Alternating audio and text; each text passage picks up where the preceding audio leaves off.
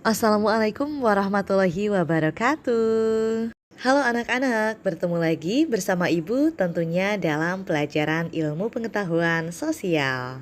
Di video sebelumnya kita sudah membahas tentang mobilitas sosial, yakni pengertian dan bentuk-bentuk mobilitas sosial. Dan di video kali ini kita juga masih akan membahas tentang mobilitas sosial, yakni faktor pendorong dan penghambat mobilitas sosial. Tapi sebelumnya kita masuk ke kelas dulu yuk.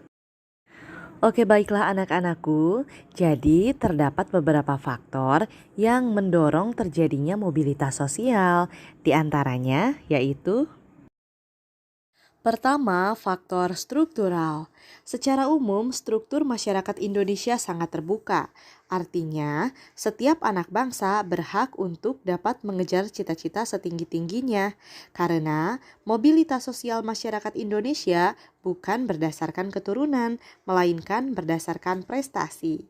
Misalnya, siapapun bisa menduduki jabatan sebagai seorang direktur atau bahkan presiden asal dibarengi dengan usaha yang gigih. Yang kedua yaitu faktor individu. Setiap individu memiliki perbedaan dalam hal sikap, pengetahuan, dan keterampilan. Misalnya, dua orang memiliki pengetahuan dan keterampilan yang relatif setara. Namun, keduanya atau salah satunya belum tentu menjadi berhasil dalam melaksanakan mobilitas sosial ke atas. Hal ini disebabkan keberhasilan individu sangat ditentukan oleh sikap dan perilaku individu tersebut. Ketiga yaitu faktor sosial. Setiap manusia dilahirkan dalam status sosial yang dimiliki oleh orang tuanya. Apabila ia tidak puas dengan kedudukan yang diwariskan oleh orang tuanya, manusia tersebut dapat mencari dan meraih kedudukannya sendiri di lapisan sosial yang lebih tinggi. Selain itu, ada kalanya seseorang tertarik akan status sosial yang dimiliki oleh orang lain, sehingga hal ini mendorong seseorang tersebut untuk berubah dari posisi dirinya ke posisi yang sedang ditempati oleh orang lain tersebut. Yang keempat yaitu faktor ekonomi. Keadaan ekonomi dapat menjadi pendorong terjadinya mobilitas sosial, baik mobilitas sosial climbing atau naik, namun bisa jadi pula kaum mapan dalam ekonomi mengalami mobilitas sosial sinking atau mobilitas sosial turun. Yang kelima yaitu faktor politik. Baik buruknya stabilitas politik suatu negara dapat mempengaruhi mobilitas sosial warga negaranya.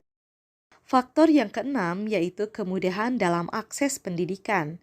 Pendidikan berkualitas yang mudah didapat tentu juga memudahkan bagi seseorang untuk melakukan mobilitas dengan berbekal ilmu yang diperolehnya.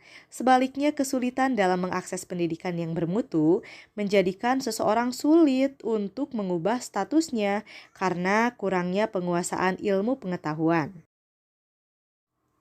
Selain faktor pendorong, mobilitas sosial juga memiliki faktor penghambat. Di antaranya adalah sebagai berikut. Pertama, yaitu kemiskinan. Faktor ekonomi dapat membatasi mobilitas sosial. Bagi masyarakat miskin, mencapai status sosial tertentu merupakan hal yang sangat sulit. Salah satu penyebab kemiskinan adalah pendidikan yang rendah. Yang kedua yaitu diskriminasi. Diskriminasi artinya perbedaan perlakuan karena alasan perbedaan tertentu seperti perbedaan bangsa, suku, ras, agama, ataupun golongan. Sebagai contoh, di masa penjajahan terjadi diskriminasi yang dilakukan pemerintah Hindia Belanda terhadap masyarakat keturunan Eropa dan masyarakat Indonesia, terutama dalam hal memperoleh pendidikan. Masyarakat Indonesia disediakan sekolah yang kualitasnya berbeda dengan sekolah-sekolah untuk orang-orang Eropa. Tentu saja diskriminasi tersebut mempersulit mobilitas sosial rakyat Indonesia dan malah bisa jadi menyebabkan social sinking. Oke, baiklah anak-anakku, untuk pembahasan kali ini kita cukupkan sekian dulu. Sampai jumpa lagi di video selanjutnya di mana kita masih akan membahas tentang mobilitas sosial. Terima kasih atas perhatiannya. Wassalamualaikum warahmatullahi wabarakatuh.